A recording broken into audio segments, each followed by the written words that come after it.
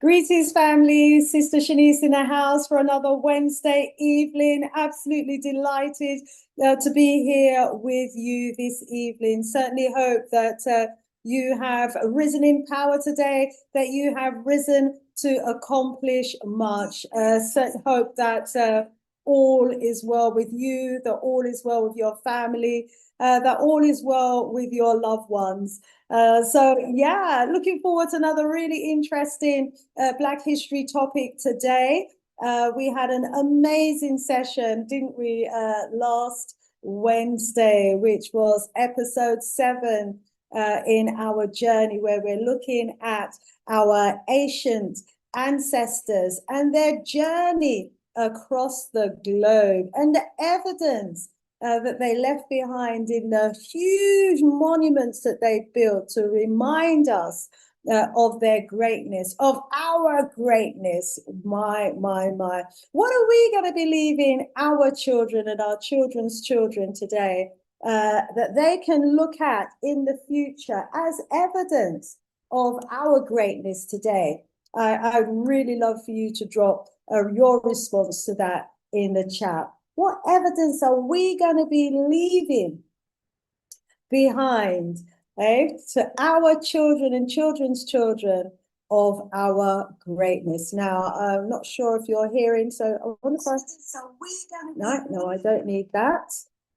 So let me just ask you in the chat, if you're hearing me, can you let me know when you come in whether or not you're actually hearing me? So I'm going to mute that site there. And go on here. Okay, right. So rise up, family. Sister Shanice in the house. It is another Wednesday. Yeah. And, I'm grateful that I'm still above ground, that I have risen in power today, and I've risen to accomplish another footstep in my journey. So what's your day been like so far?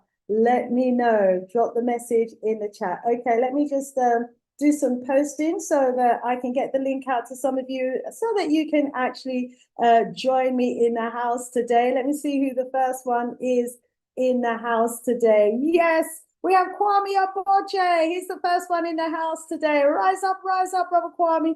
Great to have you in the house. And we've got Robert Curtis in the house. Wonderful, wonderful. Thank you so much for being on the ball and joining us so early today. It is fantastic. It just makes it worthwhile me being here. When I come and I see you, our wonderful audience in the house. Sister Betty's in the house as well. Wonderful, wonderful. Oh, B1 Black First, Black and beautiful family coming through the house. She's saying, Hotep, great to know you can hear me. That's brilliant, brilliant. So I'm ready and rearing to go. Just sending out the link and giving you the family an opportunity to come through the door. Let me know, how has your week? Well, I say strong. How has your strong been? Certainly hope that it has been a great one for you. What are you working on? Are you working towards accomplishing the task that you have set for yourself? Do you want to maybe plug what you have been doing and what you're working on here in the chat? If you do, go ahead. Let us know. Kwame Aboje, great to have you, Black beloved. Sister Betty, thank you as well for your support to this channel. It's really, really appreciative. Family, I don't take it for granted that you're joining me here this evening and that you're being part of my journey. If I was just talking to myself, it just wouldn't be worth my while being here at all. So delighted to have you in the house today. So we're going to be continuing on our journey. We're going across the globe. We're going globe-trotting. That just comes to my mind. Who remembers globe-trotters from back in the days? We are going globe-trotting, and we're trotting across the various continents. And as we go across the continents, we're looking for the evidence that our ancestors have left behind of their former greatness.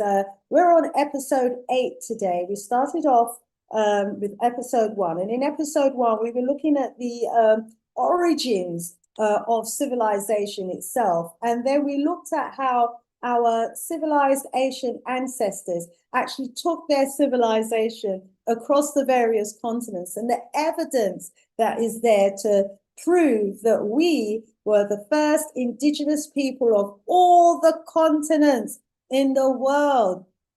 Don't ever, family, allow anyone to even suggest to us that our history started with our enslavement. It certainly did not. The evidence suggests that our history started hundreds of thousands of years ago, possibly millions of years ago. The truth is that not even today's top scientists or top geneticists actually knows how ancient we are as Africans. They just don't know. But what I do know is that we are Asian of Asian. We are the original people. We were the ones who brought science to the world. We brought technology to the world. We brought engineering to the world. We brought mining to the world. We brought agriculture to the world. We brought animal husbandry to the world. We brought housing construction and development to the world, sanitation to the world, diet, medicine. The list goes on and on and on. And I've been demonstrating that throughout these presentations. So we started off in episode 1, so we were talking about we as Africans being the original people, and we showed the migration route that we took to the various parts of the world, and when approximately, according to the archaeological evidence, when it was that we arrived in the different continents. And then for episode 2, we then demonstrated how our ancestors made it to the different continents. And I showed that we were actually the masters of the seas, and that our ancestors used the sea, used the ocean as their highway, and they used the currents, the ocean currents, as the energy field that actually took them, to the different parts of the world, including the Americas, from Africa. So, we are an amazingly talented people, like I said, who's been around from the ancients of days, and we shouldn't allow anyone to tell us otherwise. If you would allow these people, they would want to suggest that prior to enslavement, we didn't have any civilization. There was nothing to speak of, and they were the ones who came and saved us. And my gosh, that is the biggest lie from the pits of hell that has been fed to us on a regular basis as a diet, to make us think that we didn't have a history and that we don't have a history to speak of, when the reality is that we gave civilization, and everything that you can classify as civilization, we were the ones who created it, we were the ones who invented it, and we were the ones who brought it to the entire globe. And the evidence is there, so they know that. Yeah. And so what we have to absolutely stop doing, family, and I cringe every time I hear, these TikTok, YouTube videos, these YouTube short videos, they do some wonderful pieces. And then they say, and the Africans arrived during the slave trade. No, the Africans were already there. Africans were already in Europe for thousands of years prior to the so-called manganese, rather than slave trade. I prefer to say the manganese. That's the hell of a cost. They had a Holocaust. We had a hell of a cost, okay? Right? And we were there prior to that hell of a course. Prior to the hell of a course, we were in India, we were in Thailand, we were in Cambodia, we were in Brazil, we were in Vietnam, we were in the Americas, we were in the Caribbean, we were in Europe, we were everywhere prior to the manganese, prior to our hell of a course. So when you do your TikTok videos, your YouTube shorts, or your Instagram posts or whatever, and you talk about these greats, or you talk about these ancestors of ours outside of Africa, don't say that we arrived in these various parts of the world because of enslavement. No, that's not the case. That's not why we arrived in those places. We arrived there because, you know, we'd been there for hundreds of thousands of years. And because we were the original people of those lands, we were already there, okay? And while we were there, we had brought with us our sciences, our technologies, our knowledge of medicine, engineering. We built cities, we built towns. There are so many ancient cities that existed thousands, tens of thousands, possibly hundreds of thousands of years ago. But what happens quite often with invasion is that, you know, these cities get destroyed, they get taken over by the invaders, and the invaders then impose their culture, their language, and their way of life. And then they might, you know, bring about some changes to the design of those cities. But it doesn't take away from the fact that the originators, the people who originally built those cities, named those kingdoms, etc., you know, were not us as Africans, okay? And so we really must reclaim our history, which is what we're doing on this series, when we're tracing the footprints of our Asian ancestors through their architectural monuments. We're tracing them around the globe, and we are claiming our history. And it's so important, you know, that we do claim our history and recognize our history and give credit to our ancestors for the great works that they did. So I'm just posting the link. I'll just do one or two more posts. Thank you so much for your patience. Let me know that you're in the house. Drop your messages. Happy to hear from you. Yes, indeed, Brother Kwame Oboje saying Ashe 100%. We Africans are the originators on the planet. Yes, from anthropology to philosophy, absolutely, we are the originators. We got Sister Karen in the house. Rise up, rise up. She's saying greetings. B1, Black First, brilliant ones, kings and queens. Thank you so much. Kwame saying we had a history long before the Europeans. Exactly. You know, hundreds of thousands of years before there was a single European on the planet. Yeah, we had already established kingdoms, empires, and were thriving as a people here on this planet. Absolutely. Thank you for highlighting that for us, Brother Kwame. Exactly. Yes, Sister Karen says she's 100% black-tastic. Yes, I am indeed. Ashe, blackety black. Ashe, blackety black, black, black. Can't say that without giving a big up to Dr. Clyde Winters, who was our special guest last Wednesday. It was phenomenal having him join us on this platform, wasn't it, family?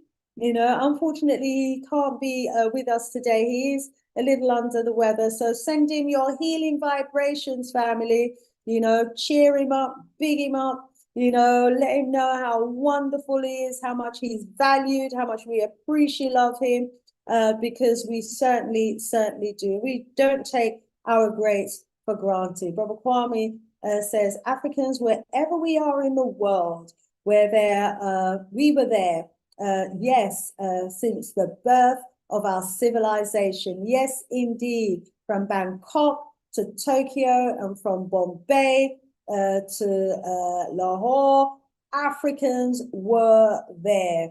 Yes, indeed. And that is the truth. Thank you so much for that, Brother Kwame Oboje.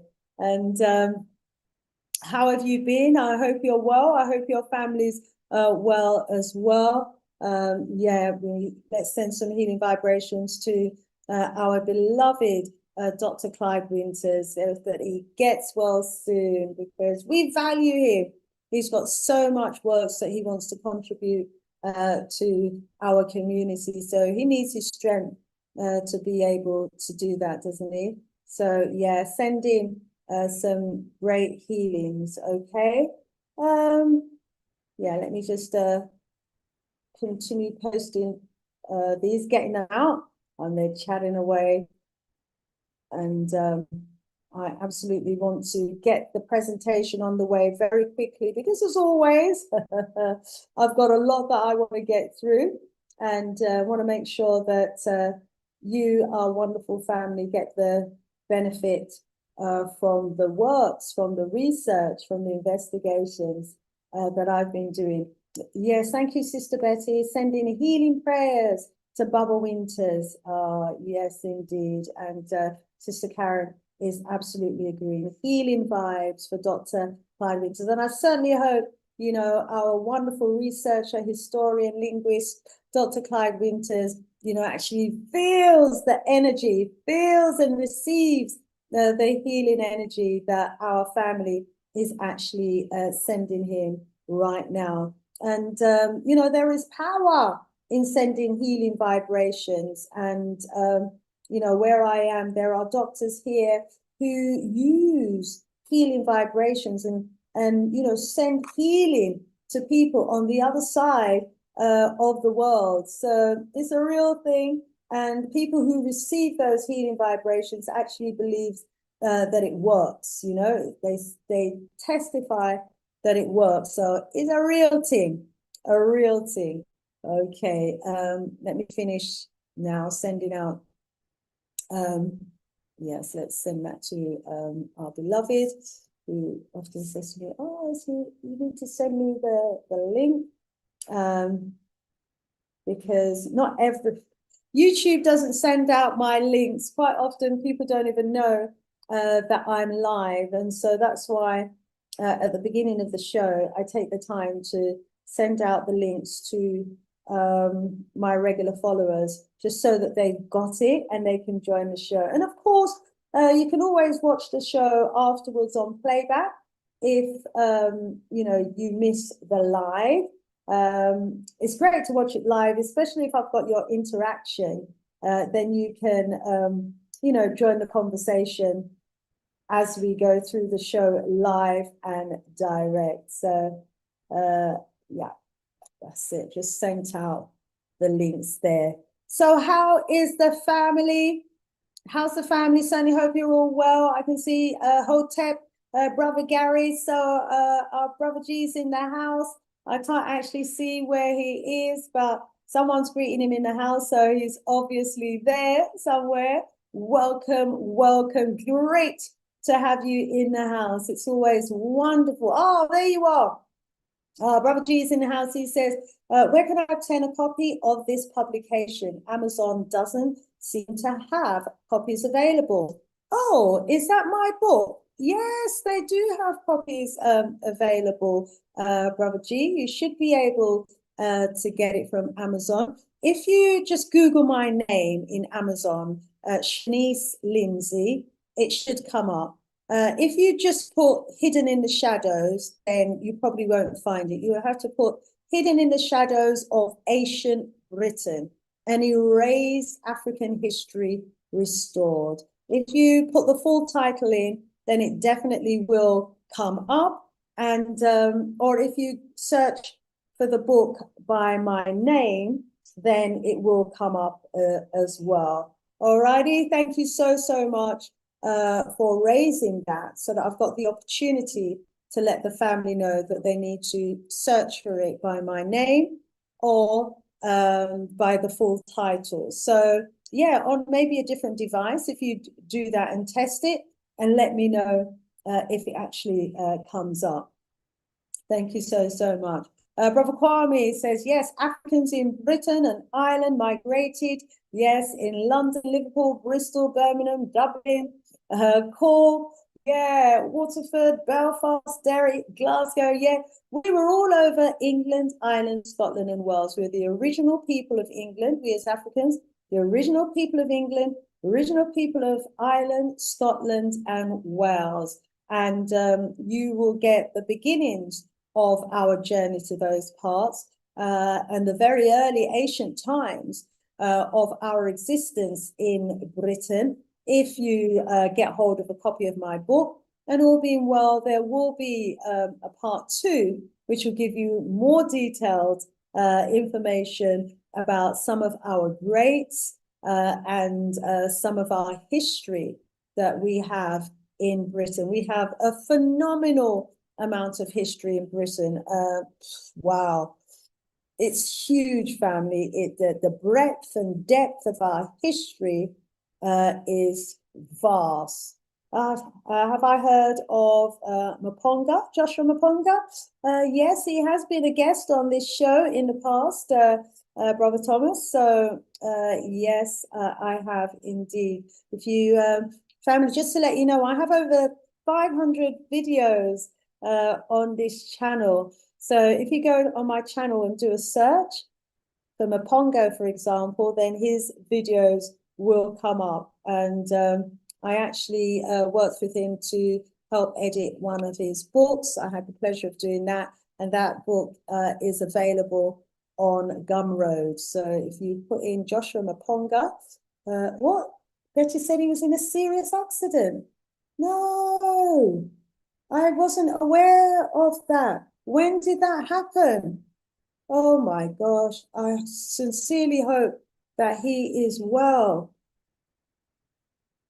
Wow. Rise up, Aisha. Yes, it's good for you to be here as well. I will be reaching out to our beloved Dr. Maponga. I've been out all day, and so I wasn't aware that he was involved in a serious accident. I just hope that he is well and that our ancestors have protected him, you know, from the works of the evil that has tried to harm him. I certainly hope that he was protected and that any hospital that he has been taken to, you know, are able to provide him with the medical assistance that he needs so that he gets a speedy healing and recovery. Wow, wow, wow. I am devastated to hear what has actually happened. I will be looking into that, family. Thomas, Sister Betty, thank you so much for bringing that to my attention. Wow. I feel like I want to jump over and do some search to find out what the latest is. But please, please, family, let me know more about it and how he is. Okay, he was involved in a road accident. Please, yeah, how is he? Let's send healing vibrations to all of, you know, our dearly cherished, you know, Pan-African revolutionaries who are putting their life on the line to do the works to wake us as a people up. And we can't underestimate, you know, the evil, wicked ones who are out there on a daily basis seeking to, you know, kill and remove and erase our great ones who have the voices, you know, that are appealing to the hundreds of thousands and the millions. You know, if you remember, something very similar happened to our beloved sister, Dr. Mumbi. They tried to take her out, and she escaped by a hair's whisker, as they say. So these things are real. They're plotting and scheming all the time, and because, you know, we're not like that. We don't, you know, as a people, we don't tend to be as evil and wicked as you know, those who have pulled out of the Caucasus Mountains. And so they tend to get away with all sorts of wickedness. And we just need our ancestors to protect us. Wow. Yeah. Our ancestors are with Baba Maponga, and he is looking after, and they are looking after him and protecting him. Let me know how he is and where he is, family. Thank you so much for bringing that to my attention. I'll look into that afterwards. So for those of you who are just joining me for the first time, my name is Sister Shanice, and welcome to the Sister Shanice Show platform. We are live. Today is Wednesday, the 18th of March, 2026, and we are on episode 8 in our series where we're tracing the architectural footprints that our ancestors have left for us, carved in stone all around the world. Family, what a journey we've been having. We started off in Africa. We've been looking at Africa's global spiritual legacy and the early African deities that were all Black on all the continents so far that we've looked at. We've been looking at how our ancestors shaped the early civilization. We were looking at our ancestors who traveled to India, those who traveled to Thailand, to Cambodia, to Vietnam, to Afghanistan, to Iran. We were looking at some of their great cities and their great civilizations and some of their great empires. And, you know, the reason why we're doing this journey is because quite often, I mean, we tend to focus on the great works of our ancestors on the continent of Africa. And of course, there were just so many great empires on the continent, from the southern region of Africa, like the monumental Empire, the great Zimbabwe Empire, you know, all those early empires, all the way up across Africa to North Africa, where we've got, you know, the great Egyptian pharaohs and the huge monolithic structures that still exist today. And then in between in West Africa, you know, we've got the Mali Empire, we've got in East Africa, you know, the Songhai Empire and Timbuktu. There is just so many great empires all over the continent of Africa. We could spend a lifetime just focusing on Africa. However, you know, what that means if we do that is that we fail to recognize the fact that our ancestors didn't just stay on the continent of Africa, but, you know, they took their civilization of the day to all the continents around the globe. And we've been highlighting some of these wonderful monuments that our ancestors left behind in ancient times outside of Africa. So we've been on the continent of Asia, the Americas. We're going to be doing Europe as well, you know, and we're continuing our journey and continuing to explore the kind of monumental architectural structures that our ancestors have left behind. And it's strange, yeah, because as I do the research, I'm looking at these monuments, I'm looking in the face of the African.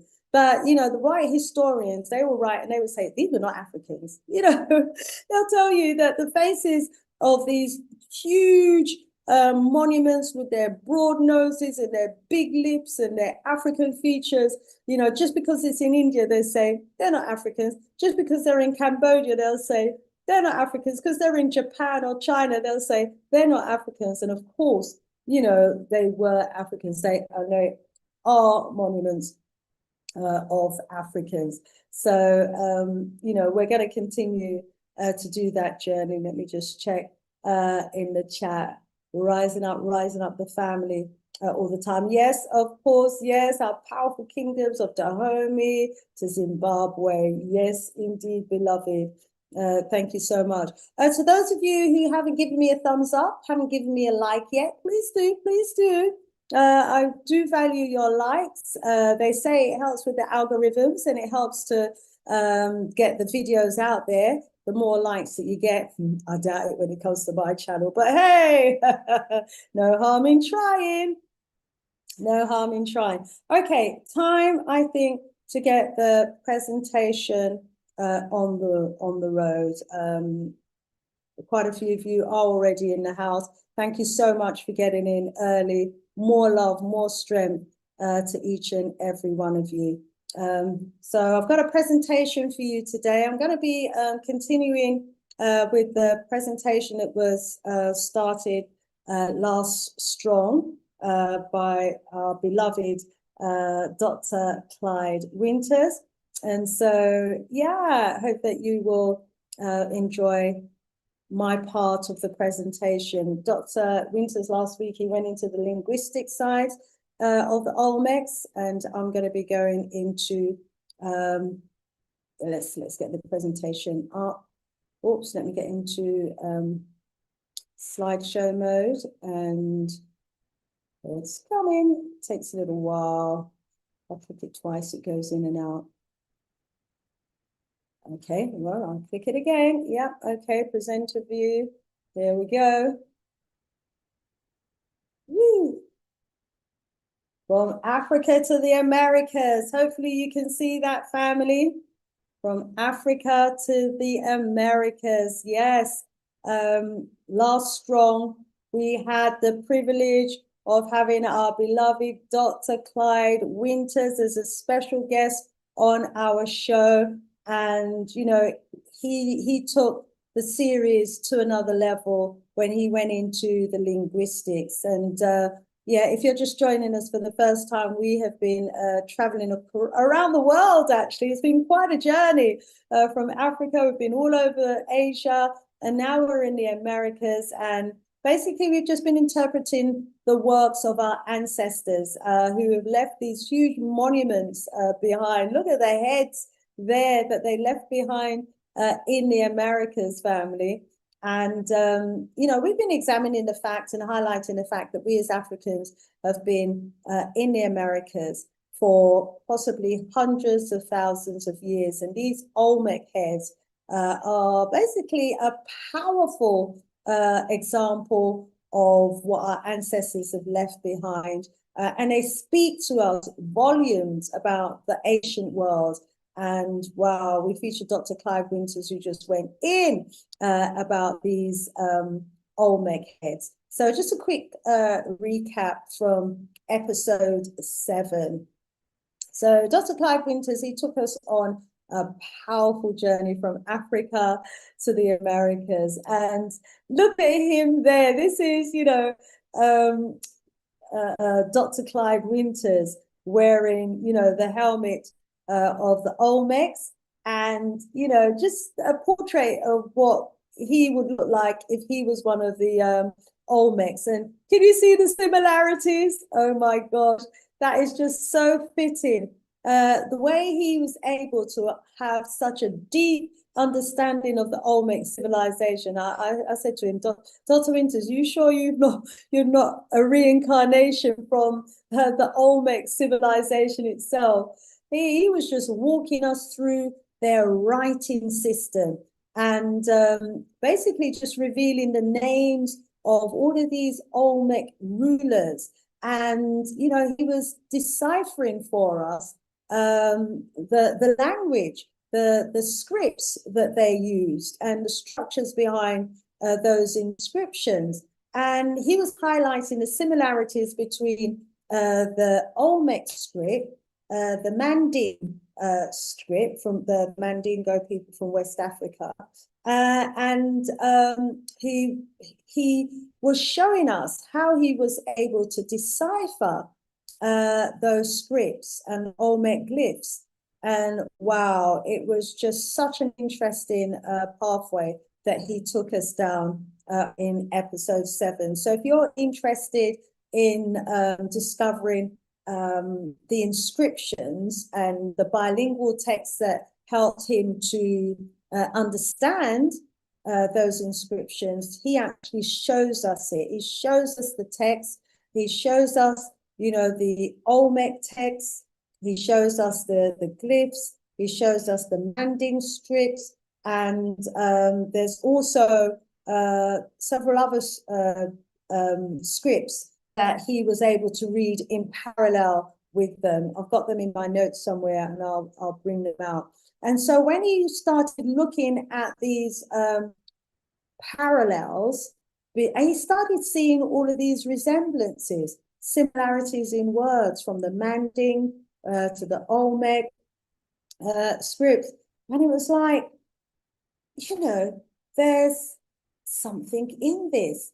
And once he started making the connection, he was able to then decipher the writing of the Olmecs. And by deciphering the writing of the Olmecs, he could read the names of all the Olmec rulers, because all of them actually wrote their names in the back of their helmets. Wow. So it's from all the way in Africa, from the Manding people, all the way over to the Americas in ancient times. We could see the parallels, and, you know, you could even see the resemblances between the West Africans with the broad nose and the big lips and how they were depicted back then as these ancient Olmec heads. And, you know, the conclusion that Dr. Clyde arrived at in the session last strong is that, you know, these were not isolated developments. He said these were shared civilization. The civilization in Africa was a shared civilization in America, and that the Olmecs were indeed the Manding people who carried their knowledge and their culture and their writing system from West Africa to the Americas. Wow, you know, that's probably going to be really difficult for some Americans to actually believe and accept, because, you know, they will accept that they are the indigenous people of America, but there are some who refuse to accept that they actually arrived in America after migrating from Africa. But yeah, that is the reality. That is what the genetics and that is what the linguistic and the anthropological world is actually showing us. So great works and great big up to Dr. Clyde Winters, just to let you know that he does actually have over 50 books available on Amazon. So please do get a copy of his Olmec presentation and his Olmec book. You can get his Olmec book on Amazon. And, you know, he says it's an easy read. And if you go through his book, it will help you to get an insight into the culture, the religious practices, as well as the ancient scripts. And if you want to learn how to decipher the scripts, then I would suggest that's a good book for you to get. Like I said, he's got over 50 books about our history and our former greatness. I'm sure there's a book there waiting for you.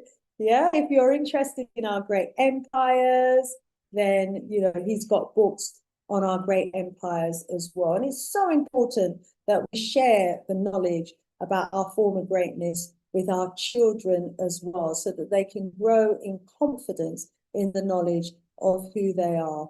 Okay, so get a copy of that book, The Olmec Language and Literature. Okay, the OLL, Olmec Language and Literature book. It's available on Amazon, or just Google his name, Dr. Clyde Winters, and please do support the works. It's, as you can imagine, a phenomenal amount of work that goes into doing this research. And, you know, if we were of a different hue, we would be getting grants of hundreds of thousands, so that, you know, we could spend all of our time doing the research, traveling to look into the faces of these monuments around the world, or in the museums. You know, we would be getting grants, and we'd be getting scholarships to do all of this. But because we're not of the other hue, and our people sadly don't, you know, finance us to do this sort of work, we're having to finance it for ourselves. And the way that you can help is just by buying our books. So thank you so much to those of you who have already been supporting us by buying our books. And to those of you who are thinking about it, yeah, please do get a copy of our books. All right. So we're going to be going into the Black Olmec heads of the Americas a bit more on today's show. And then next Wednesday, I'm going to be jumping back for a little while to Afghanistan and Iran. And I'm going to be looking at the early civilizations in those regions and what's been happening to some of our monuments there. All righty. So, but let's go into the Black Olmec civilization and their massive stone sculptures that they left behind. And all of these sculptures were left behind before history was even written. You know, before we had a history to speak of, these Olmec heads had been sculptured. They'd already been carved in stone, and they didn't appear out of nowhere. They obviously were carved and sculpted within the context of a civilization that actually existed. And these heads that we're seeing here in this poster are some of the oldest faces in America. And look at who these oldest faces look like. It's telling us that the oldest faces in America are an African story. Yeah, these are the oldest faces, among the oldest faces in the Americas. And it don't look like Wazungu, it don't look like Caucasians, it don't look like them, it look like we. So, you know, it's important that we claim our history because, you know, what it means for us is that if the oldest faces in the Americas were us, then it's our history. America is our history. America is our land. That's why our history is so, so important, because when you can place our people, you know, as the original indigenous people of the land, it means that we are the original owners of the land. And it changes everything about how we should see ourselves and where we should place ourselves in history. And for those, as I said, who keep placing us as arriving in the Americas or arriving in Europe or arriving in the Caribbean during the Holocaust, you've got history all wrong. We arrived in the Americas, in the Caribbean, in Europe, in Asia, hundreds of thousands of years prior to the Magnesium, prior to our Holocaust. Okay, so let's get that right. But when we tell our African story, if you're telling our African story and you're telling the story of us outside Africa, please stop saying that we only arrived on that continent due to enslavement. No, our ancestors were already there, and our ancestors had ancient civilizations on those lands. And many of the people who are still on those lands are the direct descendants of those original indigenous people. Okay, we have descendants of the original indigenous Africans in India, all over Asia, China, Japan, Cambodia, Vietnam, etc., Mexico. We've got, let's see, the Americas. There are the descendants of the indigenous people in the Americas, in the Caribbean, and to a less extent in Europe, but some may very well even still be there in Europe, direct descendants of the original indigenous people, those who were not wiped out totally. And so it's important that we know where to place ourselves in our history. You know, it's clear in the stories that we tell that we are the original people of these lands. We're not late arrivals. We didn't just turn up with the Windrush or during enslavement, but that our ancestors were the early arrivals. They were the early explorers. They were the early builders, the first explorers, the ones who carried the knowledge across the continent. These were our ancestors. We must restore, you know, that cultural connection between our ancestors who left the continent of Africa to the various other continents around the world. And we have to reclaim, you know, the dignity and the highest that they held for themselves and for their civilizations. And we must give them back, you know, the credit that they deserve for their global presence around the world. The mainstream, yes, they seek to hide the evidence of their existence outside of Africa on the other continents, or they overlook them or they erase them. But we have to put them back into history because, you know, it reminds us wherever we are. If we're in America, it reminds us as African Americans that we're the indigenous original people of the land. If we're in Europe, our history and correct knowledge of our history reminds us that we are the original and indigenous people of Europe. If we're in India, then the correct knowledge of our history will remind us that we are the original indigenous people of India, of the Caribbean, and wherever you are, and that we didn't just arrive in those places in chains. Yes, some of our people may well have done and did, okay, but there were large populations of Africans prior to enslavement already on the lands. And what they did was they enslaved many of those Africans within the system that they called slavery. Okay, we were there surviving, thriving, building civilizations, fighting off invaders. Oh, you know, big things did go on. Long time before these people come to where we were.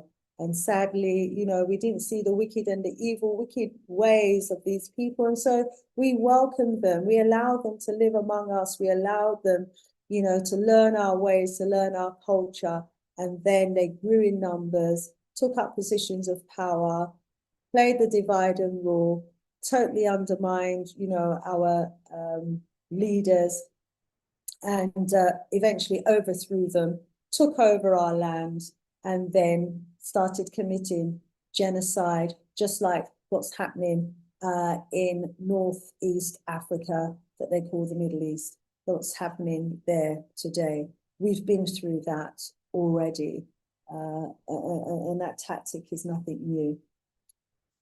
So yeah, today we're going to be continuing the conversation about the Olmecs. If you're just coming through the door, thank you so much for joining us. We are on episode 8 now with the Olmec heads. Last Wednesday was episode 7 with Dr. Clyde Winters. We've started looking at the Olmec heads. And if you're not familiar with them, there are 17 of these huge, colossal monuments that have been carved out of these massive basalt boulders. And wow, these heads were standing along the Gulf Coast of Mexico and in what is today Veracruz and Tabasco. And, you know, these are not just random generic figures. We're looking into the faces of who would have been the most powerful individuals of their times. They were either powerful rulers, or they may even have been sacred figures. They may even have been worshipped like gods in those times. Thomas says, did the Olmecs build some of those pyramids of Central and South America? Yeah, I'm going to come on to that, Thomas. I absolutely, certainly believe that they did. They're giving different names of different civilizations after the Olmec the credit, but I honestly believe that it was indeed the Olmecs that built those pyramids. We're going to touch on that as well. And so mainstream archaeology actually places these heads as being sculpted around 1500 to 400 BCE. But you know, as I was saying earlier, and in our earlier episodes, the evidence there shows us and tells us that we are an ancient people. And a lot of stone tools have been found that have been dated, you know, even up to 200,000 years old. Why would we have tools that ancient that could be used to do this sort of sculpting if we were not sculpturing?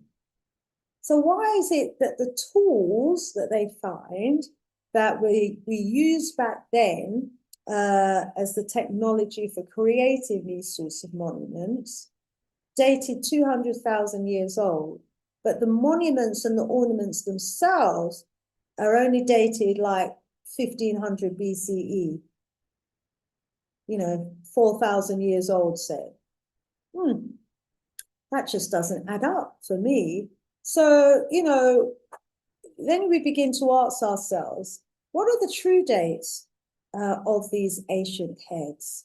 You know, are we looking at the early beginnings of African civilization?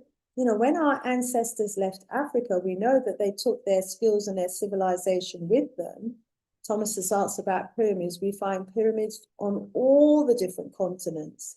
You know, evidence again, is it not, of the same culture and continuity across the different continents.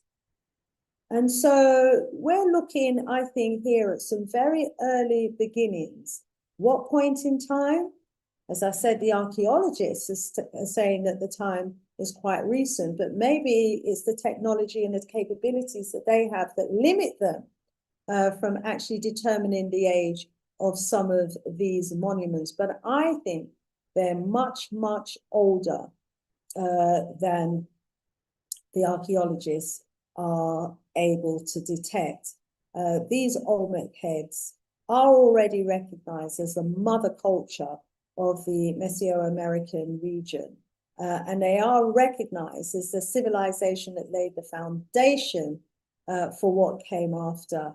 You can't be building heads and monuments like this without having a lot of science, knowledge of science, technology, engineering, sculpturing. I mean, there's a whole mathematics, there's a whole range of skills that we've touched on that comes with, being able to produce something like this. And of course, it could only have happened after the Africans migrated out of Africa into these other regions where we are seeing all of these monuments with African features.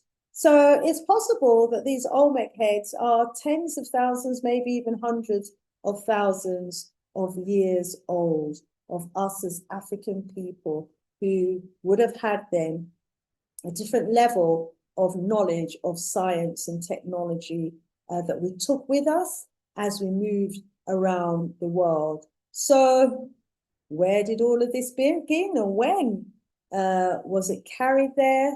I think there's still a lot more digging and a lot more work that needs to be done in order to, make us aware of the truth. Rise up, watching the hawk. Good to have you in the house. Rise up, rise up. Right. So, what we're looking at, have already started looking at, are the heads of some of these Olmec rulers, possibly Olmec gods. And wow, they're incredible, really. Absolutely remarkable example of our monument building capabilities. Long before the modern technology existed, these 17 powerful stone faces are standing, looking at us today as evidence that our ancestors left behind of their greatness, speaking to us today as a reminder of their incredible ingenuity and craftsmanship. And I was asking earlier, and please answer me in the chat, what are we going to be leaving behind today to inform our future of our greatness, our ingenuity, our craftsmanship of today? What evidence are we going to be leaving behind of our organized civilizations, our capabilities? What are we going to be saying to our future?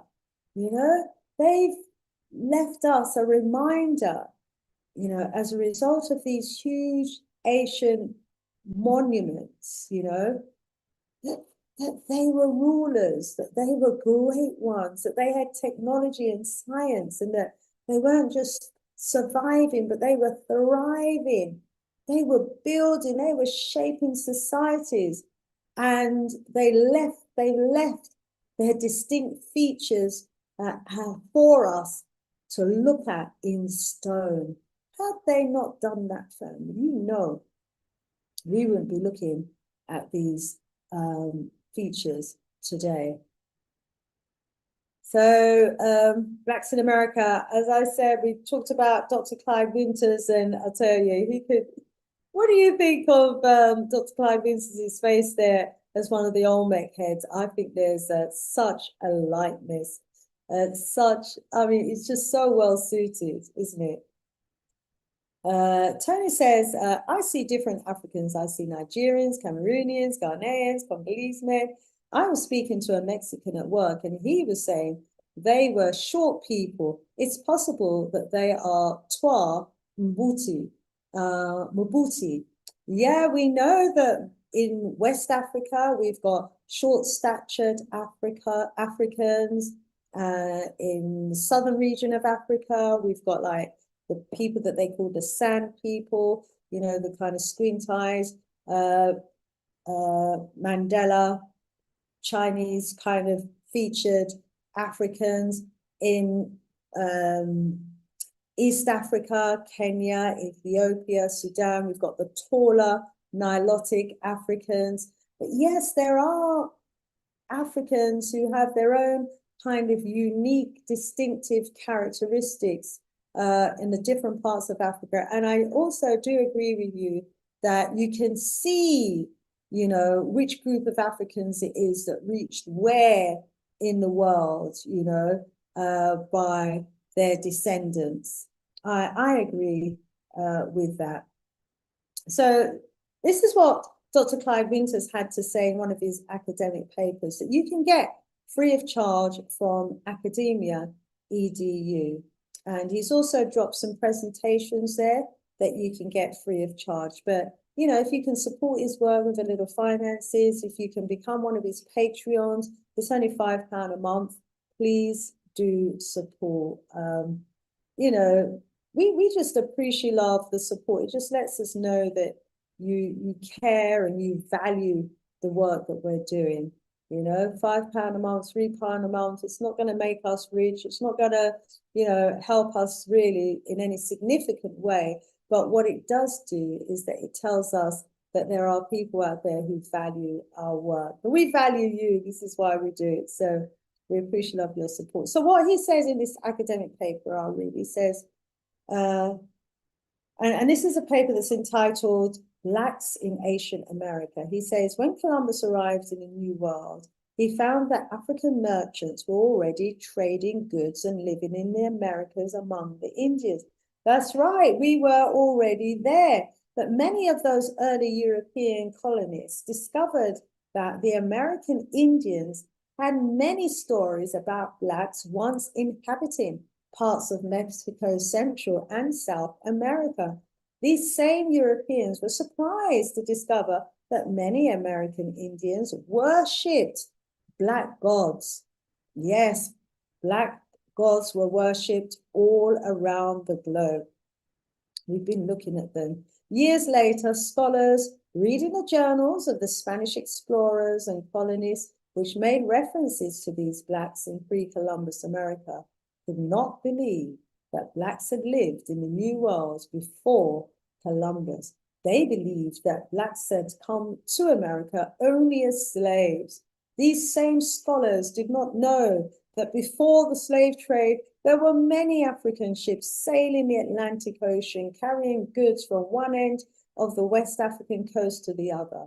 But after the demand for Black slaves in the New World grew, many Africans refused to sell their vessels too far away from shore, so they would not be captured by slave traders and sold into slavery.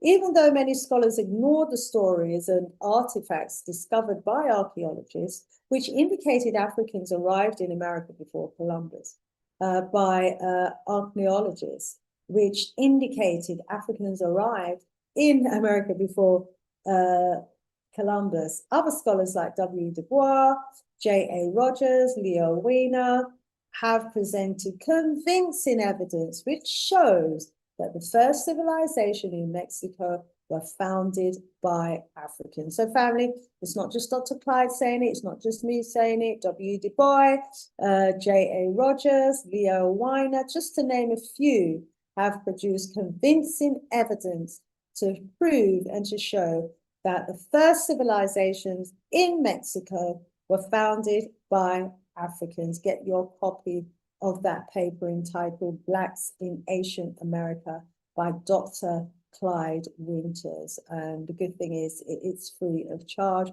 If you want to leave him a donation, please do so by buying one of his books. And, you know, we're continuing to look at the phenotypes of some of these deities or these rulers from the ancient African worlds. Okay, there's been 7 exciting episodes. Please do take the time to watch some of them or all of them. Just jump in to where the presentation starts and trace our incredible journey. Get to know our journey as Africans, you know, as the original people of humanity from the beginning of the world in Africa. Of the world, yeah, the beginning of civilization in Africa. Get to learn about the paths that we took, that our ancestors took across the world. And, you know, these days it's great. We can draw on the genetics, the archaeology, and we can draw on the testimonies as well of the groups, the nations who have that oral history handed down. And we've got all of that information that shows that we Africans were the earliest people on the globe who migrated and carried our people and our technologies and our civilization with us to the other continents. And together, yeah, we've followed in the footsteps of our ancestors from the Nile Valley to Kush, to sacred temples of Asia, from the painted caves of India, to the monumental carvings of Cambodia. Everywhere that we've been looking over the last 7 episodes, family, we have been looking into the faces of our ancient ancestors, their sites, and their pattern of civilization. And so there was an ancient world that they've tried to erase.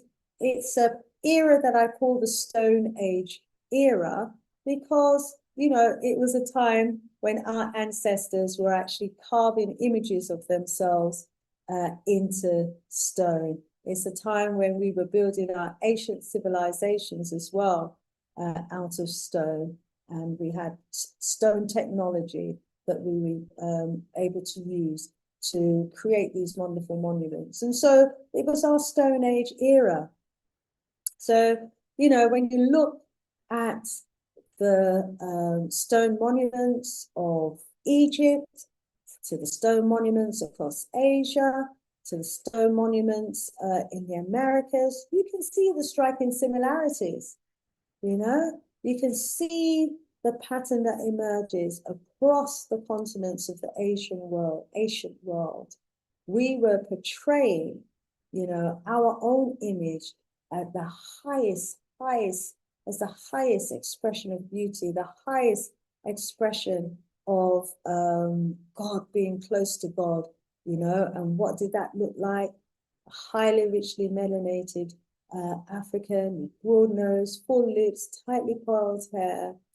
Oh, wow, wow, wow. And it wasn't accidental at all that we were depicting these deities with African phenotypes.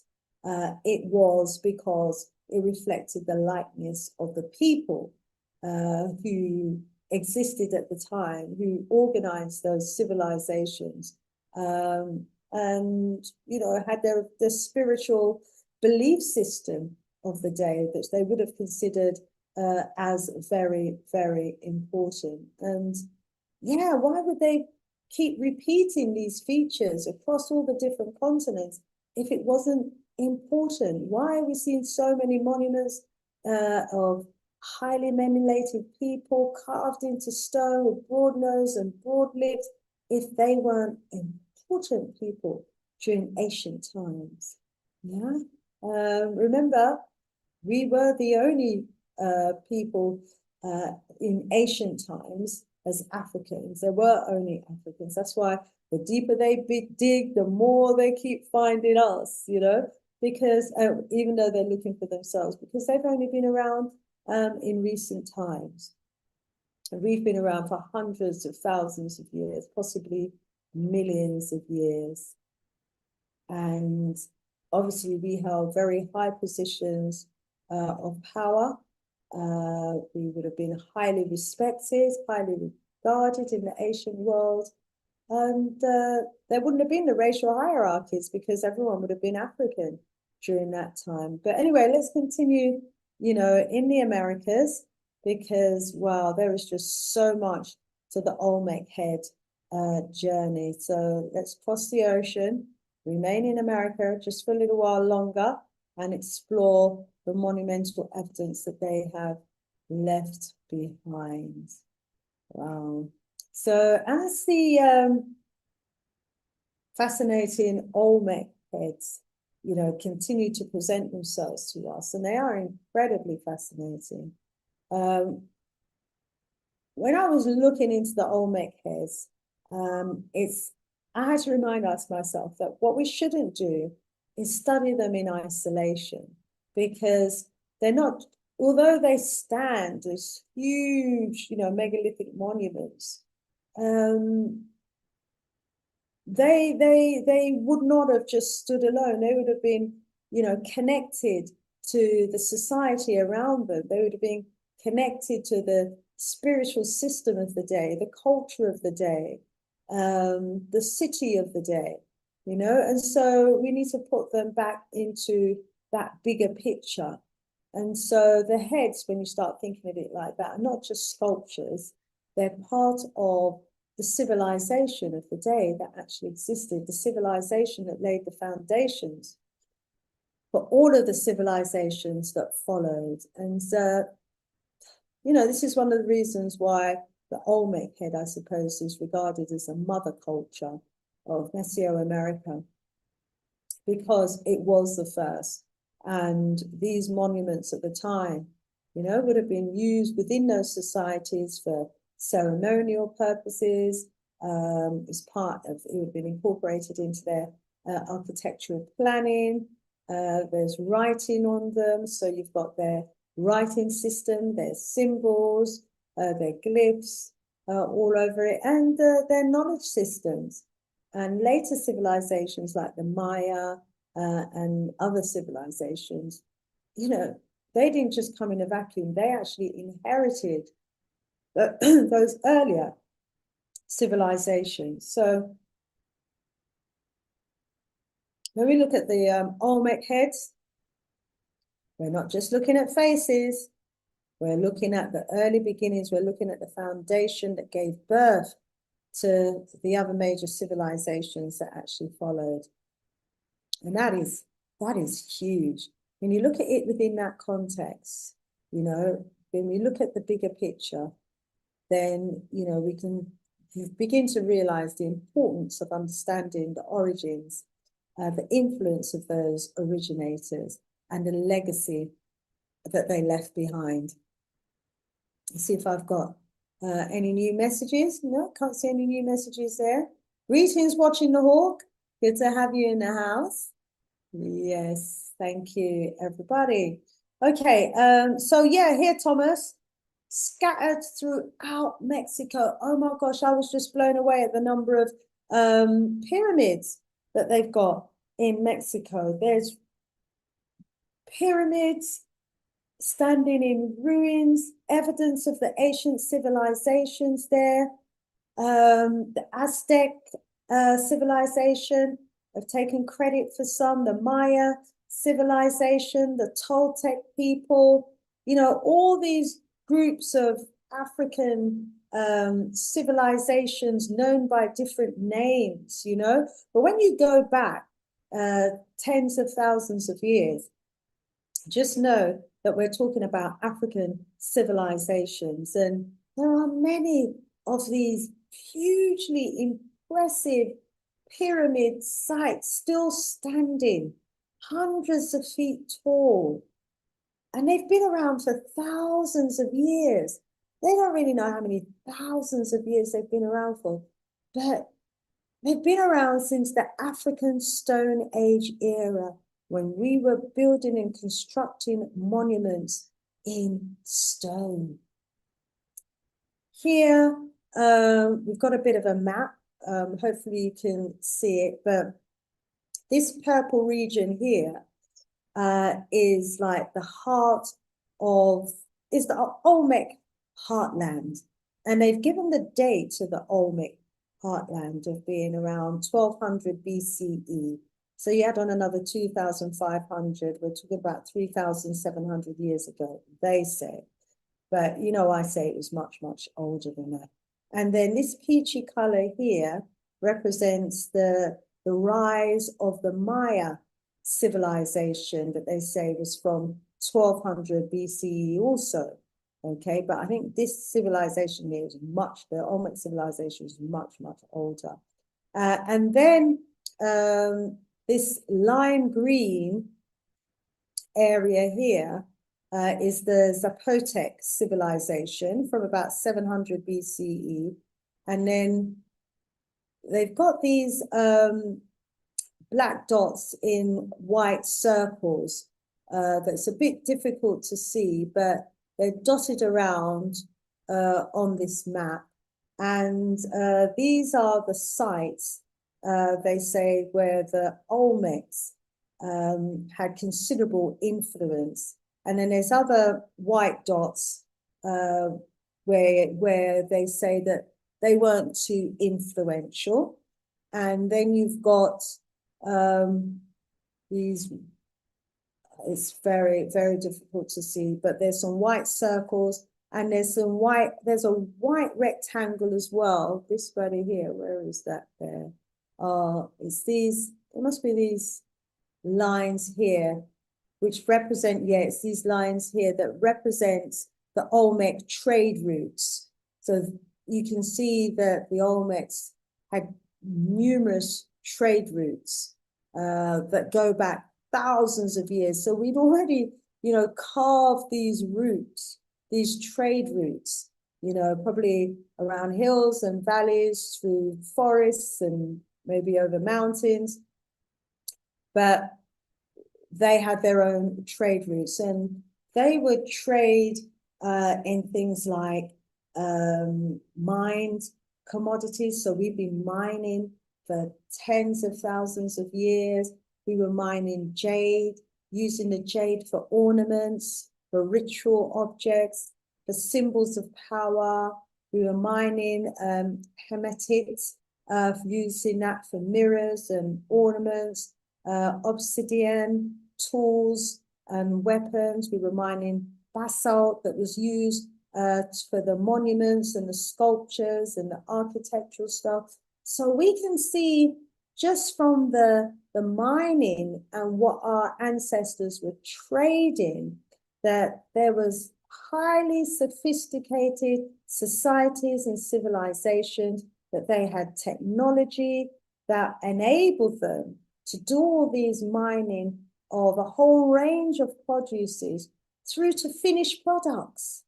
And we struggle with that today. Imagine that tens of thousands of years ago, our ancient ancestors were mining all these different minerals and using, obviously, technology in order to do that. And we're struggling to accomplish that today.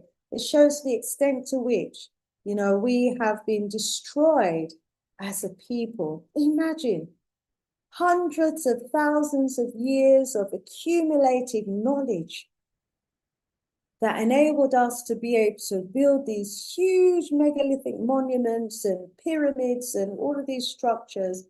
And these pyramids, would have been in alignment as well with the cosmos. These pyramids, some of them, the inner tombs would light up during the summer solstice and the winter solstice. And that was the level of accuracy and the amount of knowledge that our ancestors had, that we had, of astronomy to be able to do that. Not today. Doesn't mean we don't have that knowledge in our DNA. Of course we do. Of course we do. But if we look at the science behind some of these ancient monuments, then you have to come face to face, then you come face to face with a highly intelligent society of Africans. Look what they did to the nose. Like that. Anyway, as we saw in North Africa, they were creating huge monuments there in Egypt and Northeast Africa. They were creating huge monuments out of stone. And they were doing the same thing in the Americas. So they brought that sophisticated body of ancient knowledge with them from North Africa from West Africa as well, probably, into the Americas.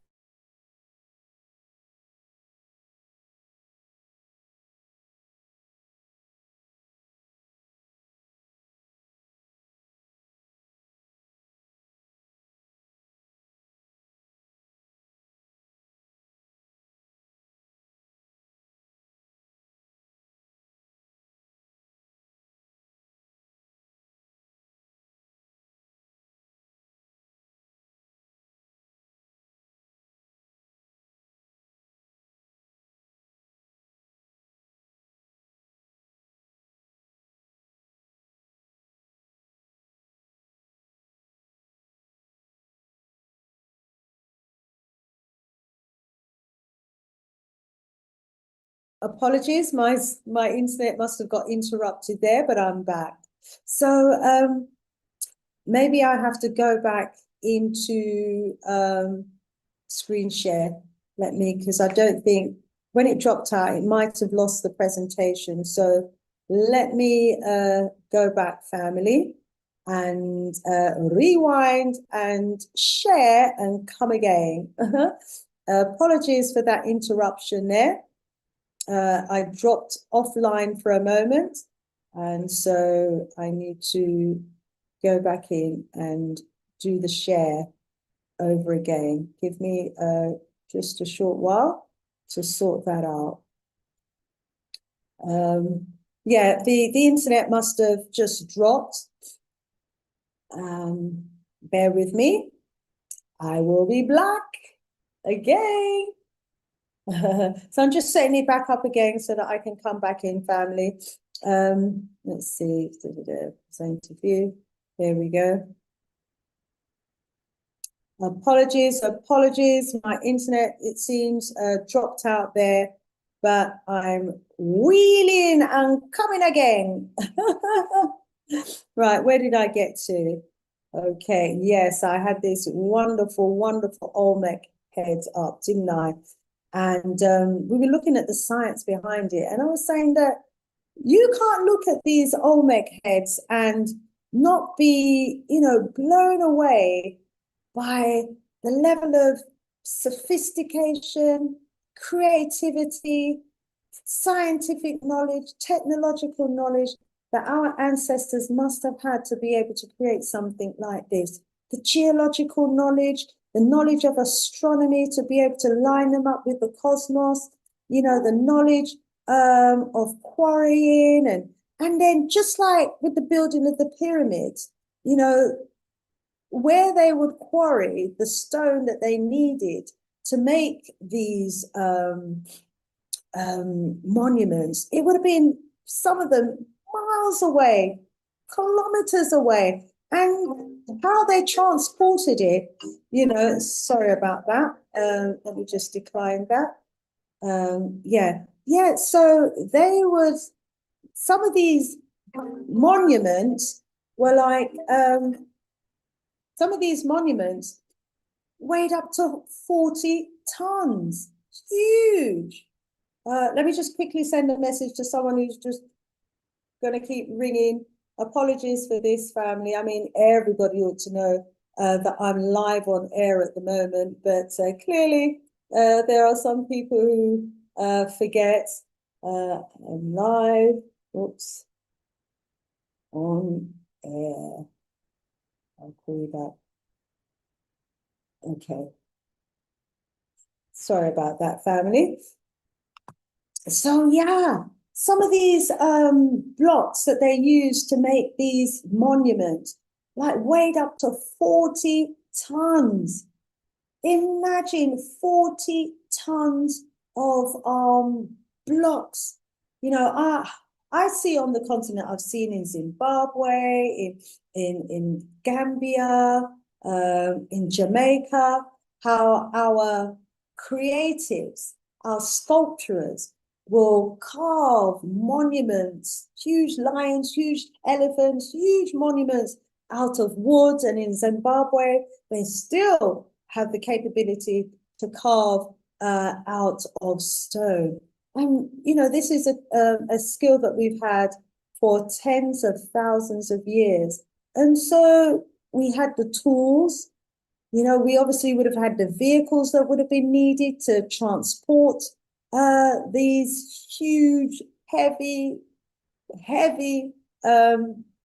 slabs of rock. We would have had the waterways that we would have maybe needed to use. We'd have to know how to do the mining.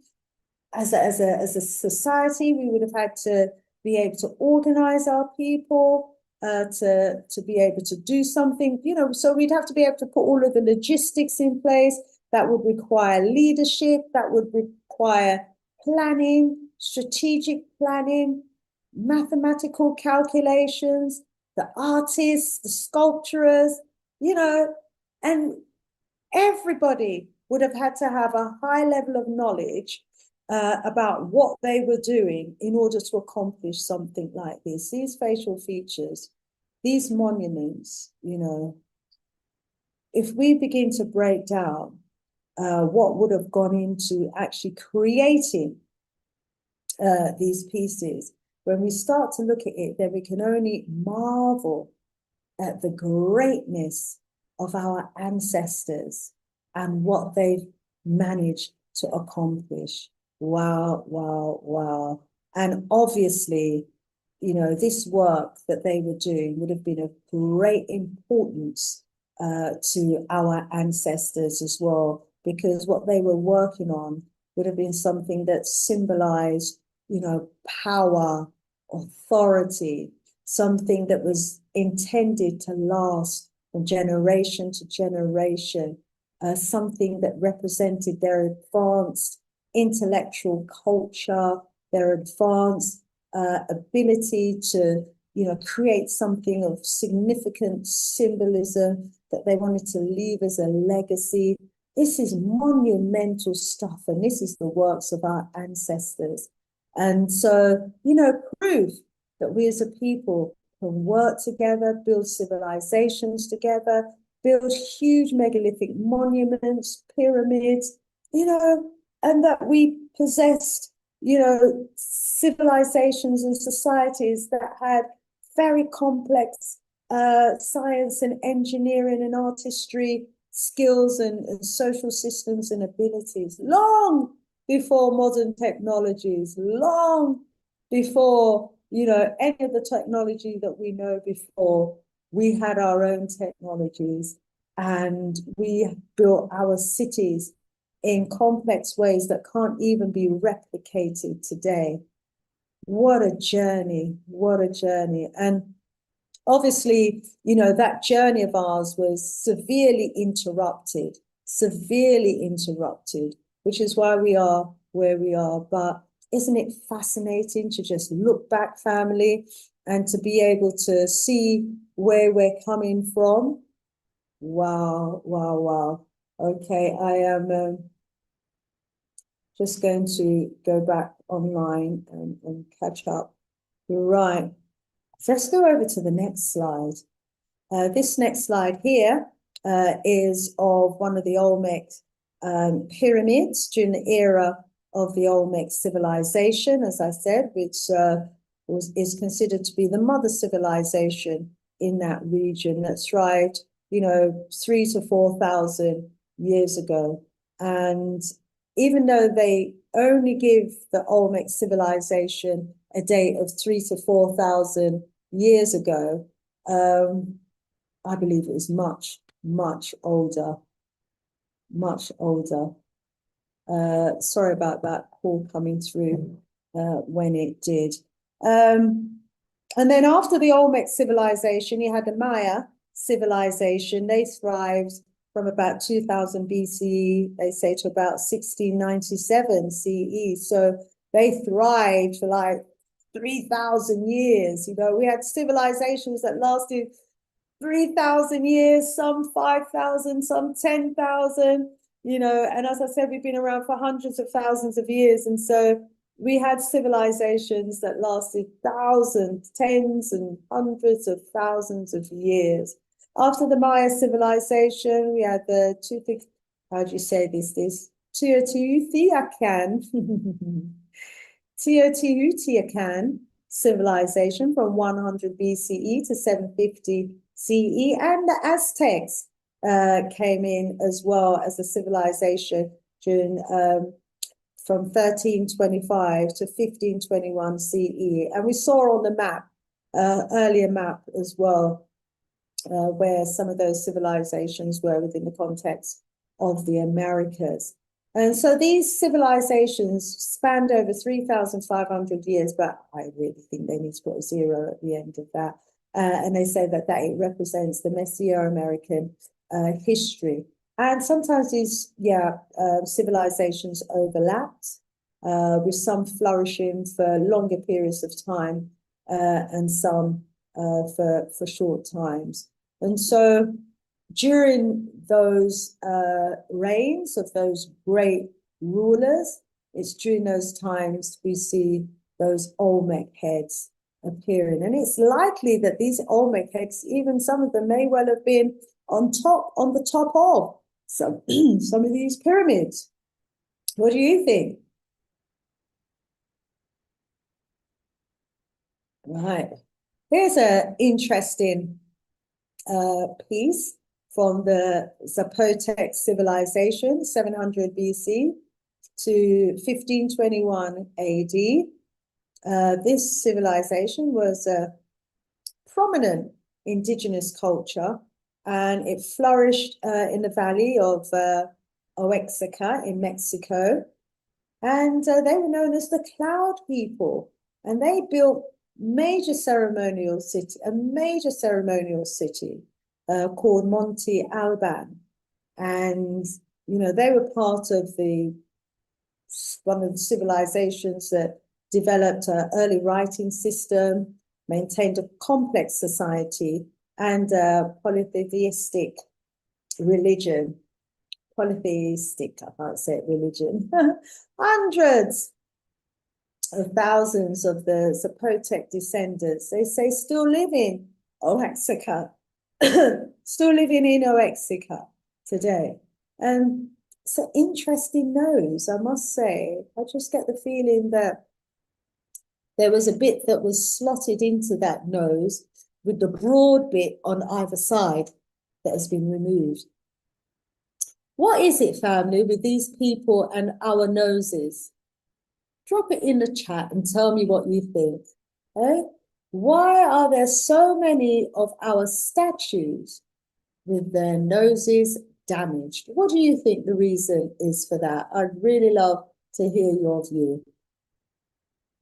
Rise Up Ryan, he says, a long time ago, I heard a lady on National Geographic television say that the Olmec heads weren't black because of the Asian type eye folds, just totally ignoring the nose and lips as they do. And if they can't ignore the nose, is this why they damage them?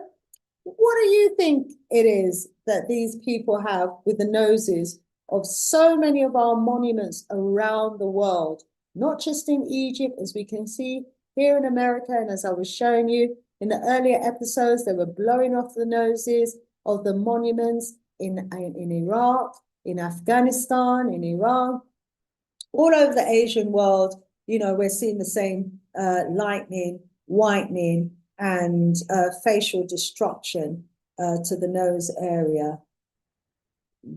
Wow.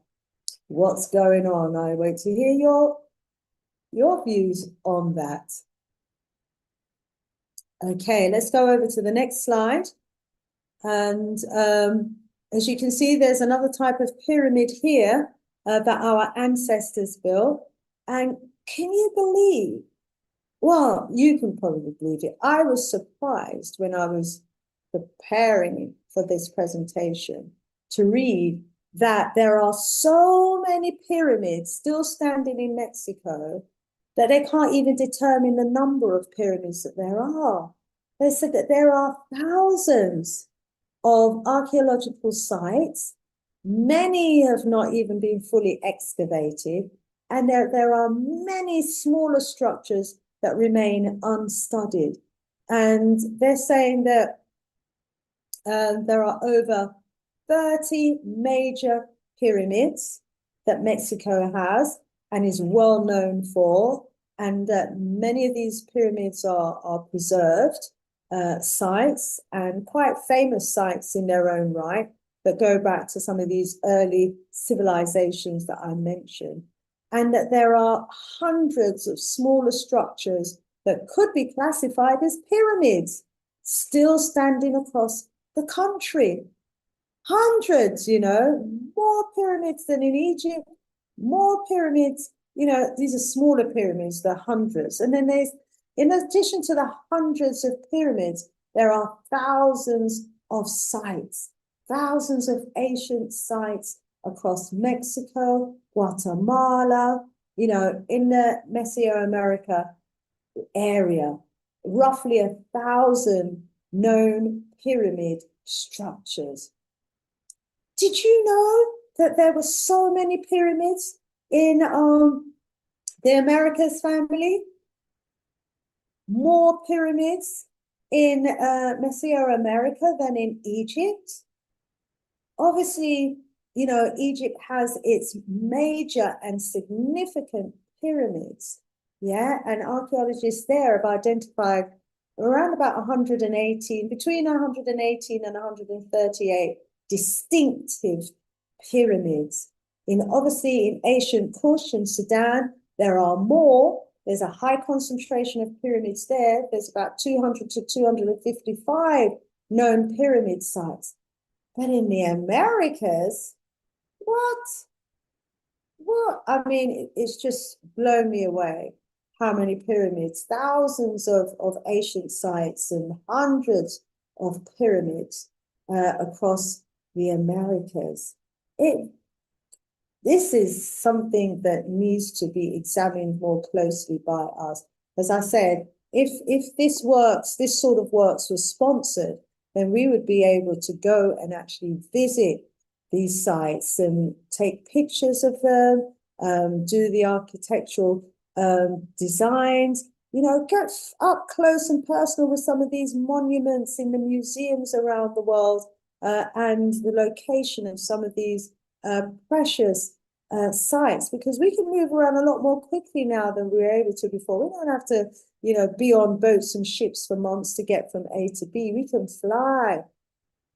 So if there are, some sponsors out there that want to sponsor researchers to do some of this work, I know Dr. Clyde Winters will be ahead of the queue, and I'll be very close behind, family. That's for sure.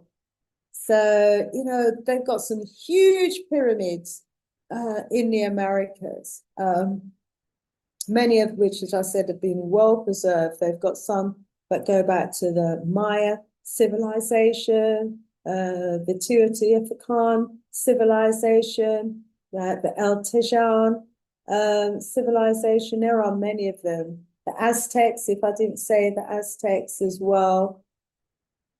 And, many of these older pyramids would have been taken over, by the new invaders. And the new invaders, would add their cultural twist and their cultural spin onto these pyramid sites and claim it was their own. And then they would at some point eventually be conquered, and the invaders, would put their stamp on it as well. Sometimes the invaders would change the language, etc. As well as the language, they changed the culture, and by changing the language, they would just forbid the local people from speaking their own language, their mother tongue language, and insist that they speak the language of the invaders. And that's how language would change in time as well in certain regions, because the indigenous people would be told that they're not allowed to speak their own language.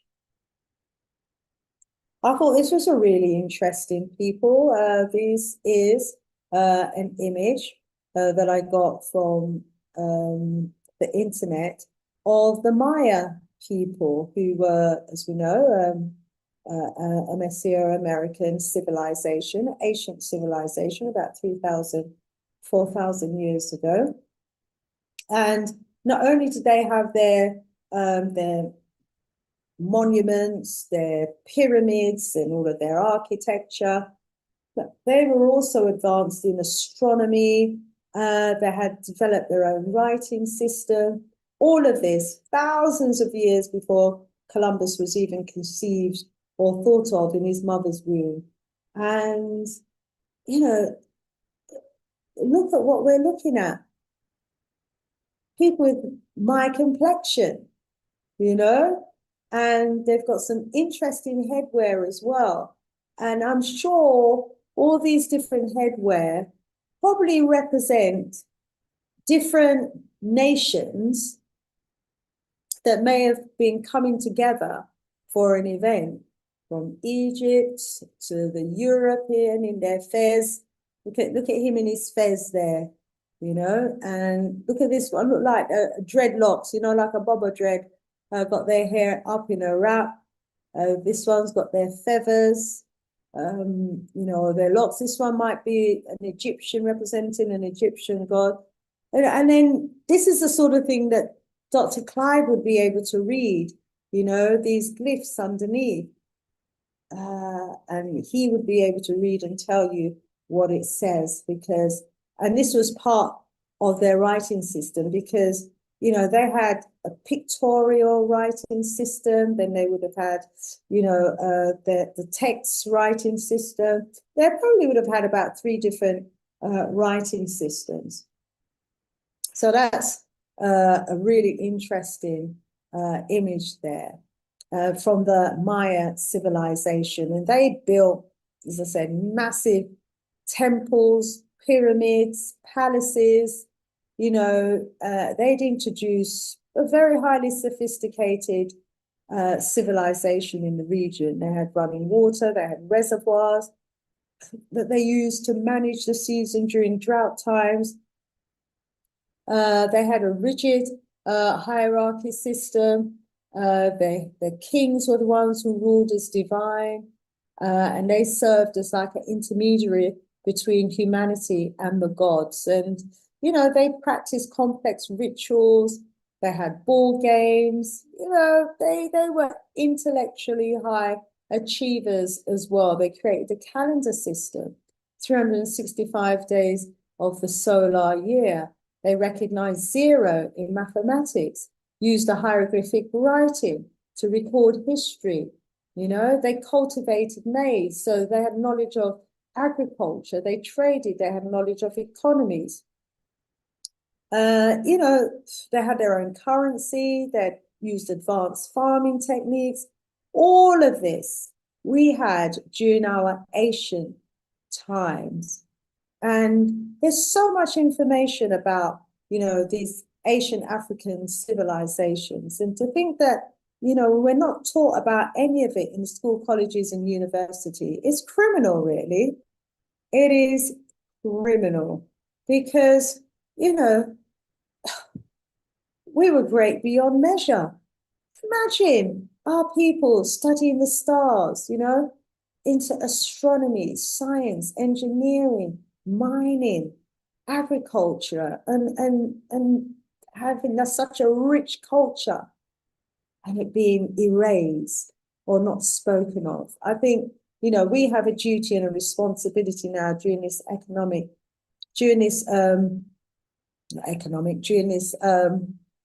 technological age and the age of AI, where it's easier to search now. You know, back in the days, if I wanted access to half of the information that I've found here, I'd have to be sitting through and sifting through books after books after books in the library.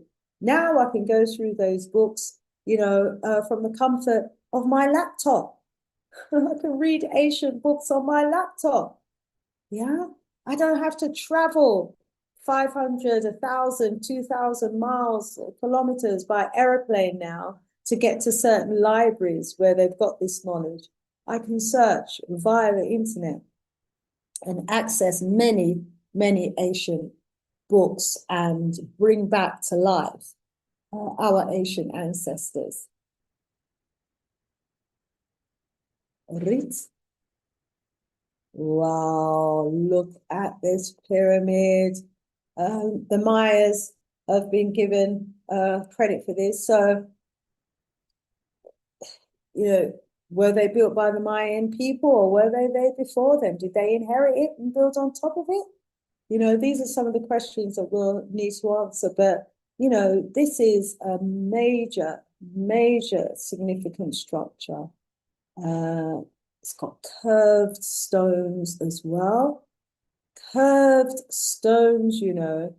Wow, how did they do that? And these curved stones, they act as steps with rounded inset corners. And, you know, there's lots of different platforms. And these pyramids were often built in, well, like jungle areas. Maybe at the time they weren't jungle. Maybe at the time, you know, those areas were cleared. But you know how quickly a garden can overgrow if it's not being maintained. Yeah. And with these structures, they soared higher than the trees. Imagine. And they were intended, you know, as a shrine to their god.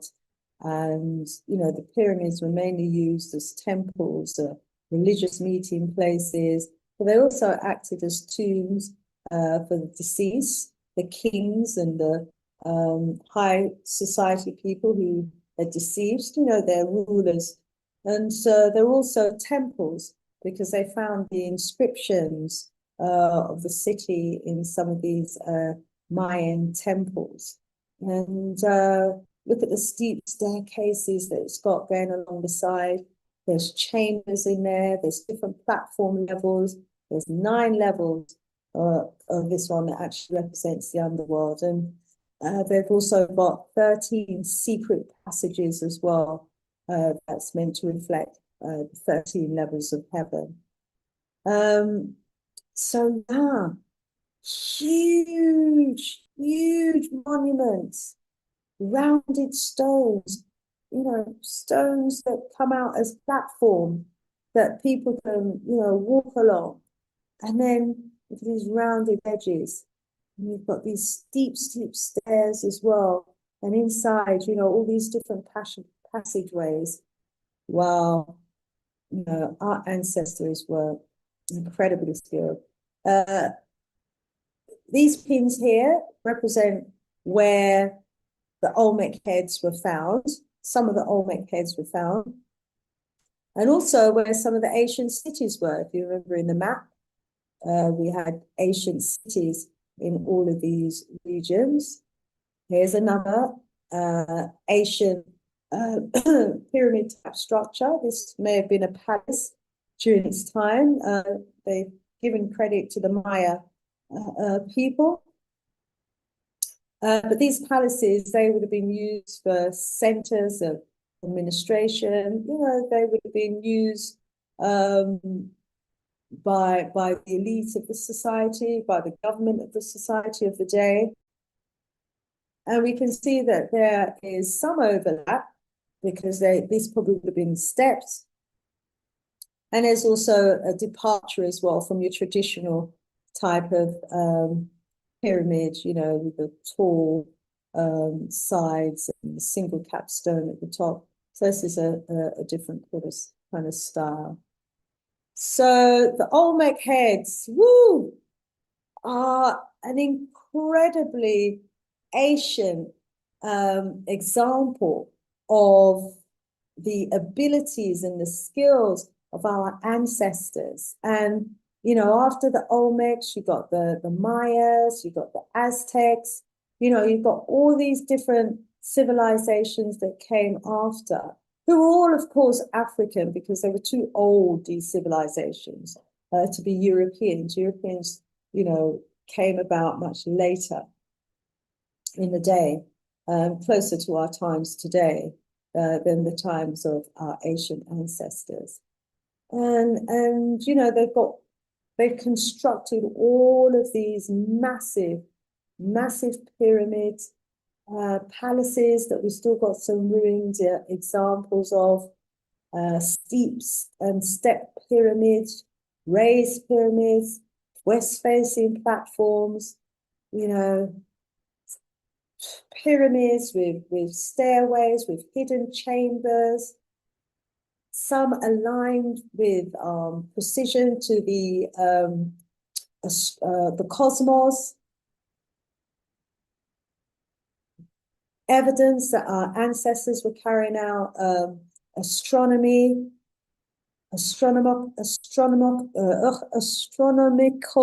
observation, anyway, to do with astronomy. They would have been studying the stars, studying the cosmos to be able to align those pyramids with such precision to the planetary gods up there. Can you imagine the level of knowledge of the equinoxes, the solstices, the solar systems, etc., that they must have had? Wow, wow, wow. We've lost a lot of that knowledge today. And there are those, who have written extensively about the Maya population. You can check out the works of Dr. Clyde Winters as well, who's talked about the Maya population. It's located in Mesoamerica. Check out his books. And of course, you've got Ivan van Sertima. They came before Columbus. Most of us are familiar with works of Ivan van Sertima, who, was one of these figures from the 50s and 60s who was arguing that, Africans, especially from, the great empires like the Mali Empire, actually reached the Americas centuries before Columbus. With the evidence that we have now, we know that Africans reached the Americas like tens of thousands, possibly hundreds of thousands of years ago. And he wasn't, ashamed to point out the similarity between the features of the West African and those of the Olmec heads. Okay, today they try and make you feel, if you point that out, that you're seeing cross-eyed, you're not seeing well, but the truth is truth, and the evidence is there. The cultural parallels, the linguistic connections that we talked about in episode 7 with Dr. Clive Winters, the ocean currents that we talked about in episode 2 that actually brought our ancestors from West Africa directly to the Caribbean and the South American shores. I showed you the sort of boats that our ancestors traveled in, the historical and oral accounts of the expeditions that was led by some of our ancient kings, such as King Abu Bakari II. The evidence is there. So check out the work of Dr. Clyde Winters on the Olmec. Remember I said he developed, he's actually famous for deciphering the Olmec writing system. He recognized the similarities between the Olmec writing and the Mandi language. And when he started looking at the inscriptions, because he could read the Mandi language, it made it easier for him to be able to read the Olmec artifacts as well, which was similar to the Manding language.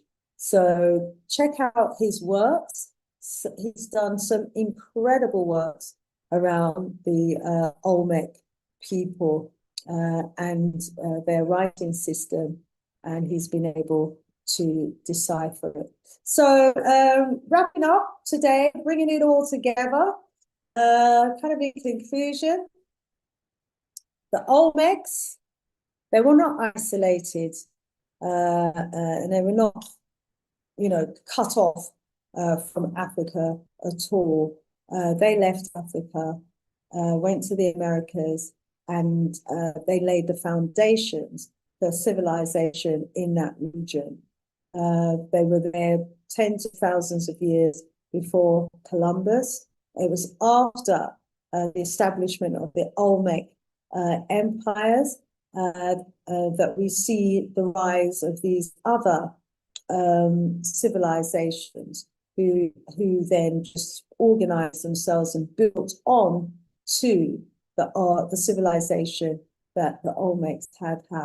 Kingdoms rise and kingdoms fall, and these colossal heads, they were carved by the people, intentionally carved with African features, because that was the look and they were the features, and that was the pigmentation of the people who carved it, and also who they looked to in the image, in their own image as a godly figure.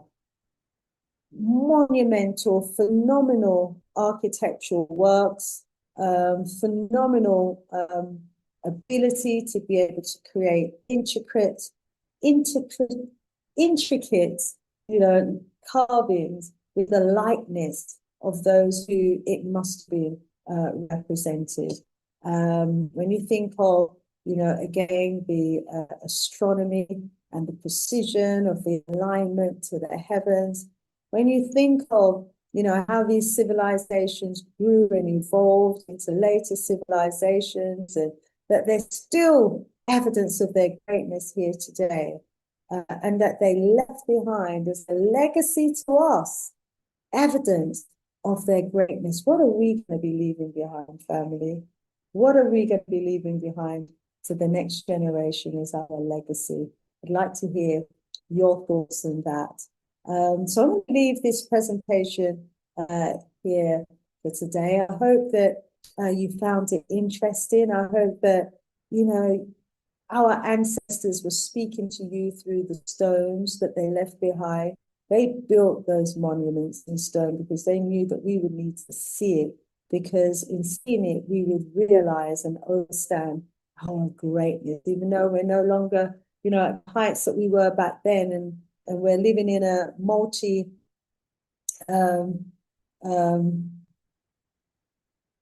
what would I call it? In a multi-species society. There are a couple of species that, we're not the only species on the planet anymore. So we're living in a multi-species society where, sadly, we have endured so much, so much.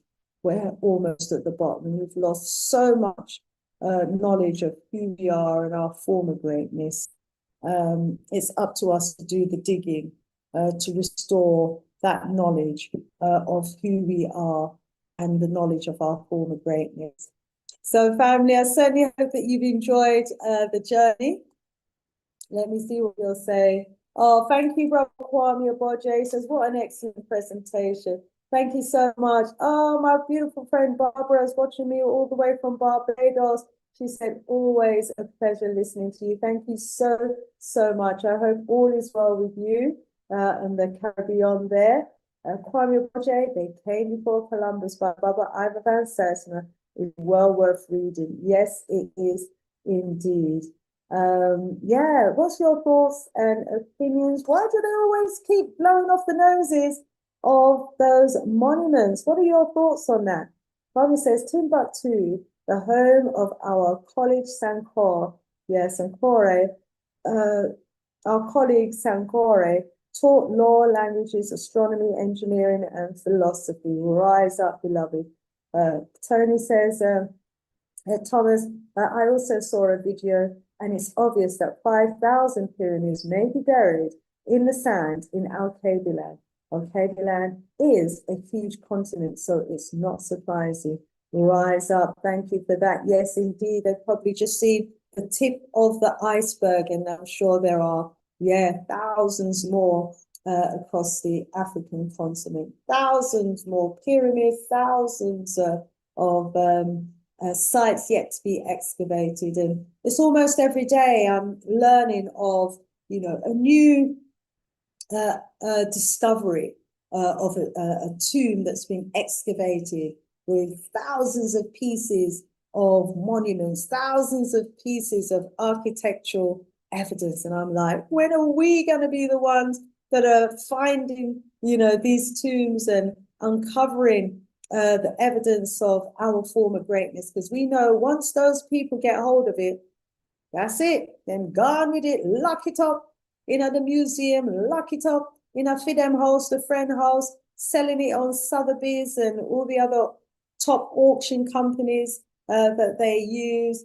And there's our history, disappearing and us never knowing the fullness and the greatness of our ancestors.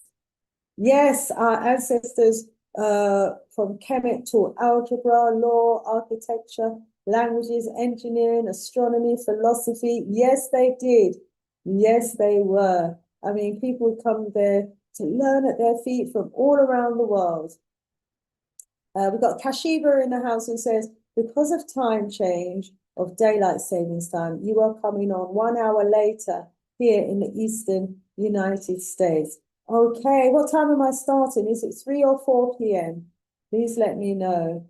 It is said that the Teotihuacan pyramid and the pyramids of Giza are both aligned, yeah, to the constellation of Orion. Rise up, Brother Thomas, on that. So I want to thank you all so much for your comments. Yes, the Olmec heads of Mexico, there are important African statues indeed. And Kwame says we must protect our cultural heritage. Absolutely. Didi says, thoroughly enjoyed watching and listening to Sister Shanice. Thank you so much. Please do share. Let's share the knowledge. As I said, huge amounts of work goes into this, and even if you support by sharing, it would be absolutely fantastic. All being well, I'll be back next Wednesday, same time, 8 p.m. GMT time. I think it's 3 p.m. Eastern time. All righty. So please do check out the time in your region. And if you miss it, do take the time to watch it on catch up. If you don't already have my book, Hidden in the Shadows of Ancient Britain, an erased African history restored, please do support the works and buy the book. I would much appreciate love the support. I want that book in as many houses as possible, because once you've got the knowledge, then can't take it back from you. But if you don't open the book and read it, you are not going to acquire the knowledge. So do get the book and do read it and share the knowledge. Sister Shanice out of here for now. Stay strong and powerful. As I said, we'll be back. All being well, I will be black next Wednesday. I definitely will be black next Wednesday. Won't want to be any other. But yeah, you don't know when we're talking about. Bye for now, family. One love.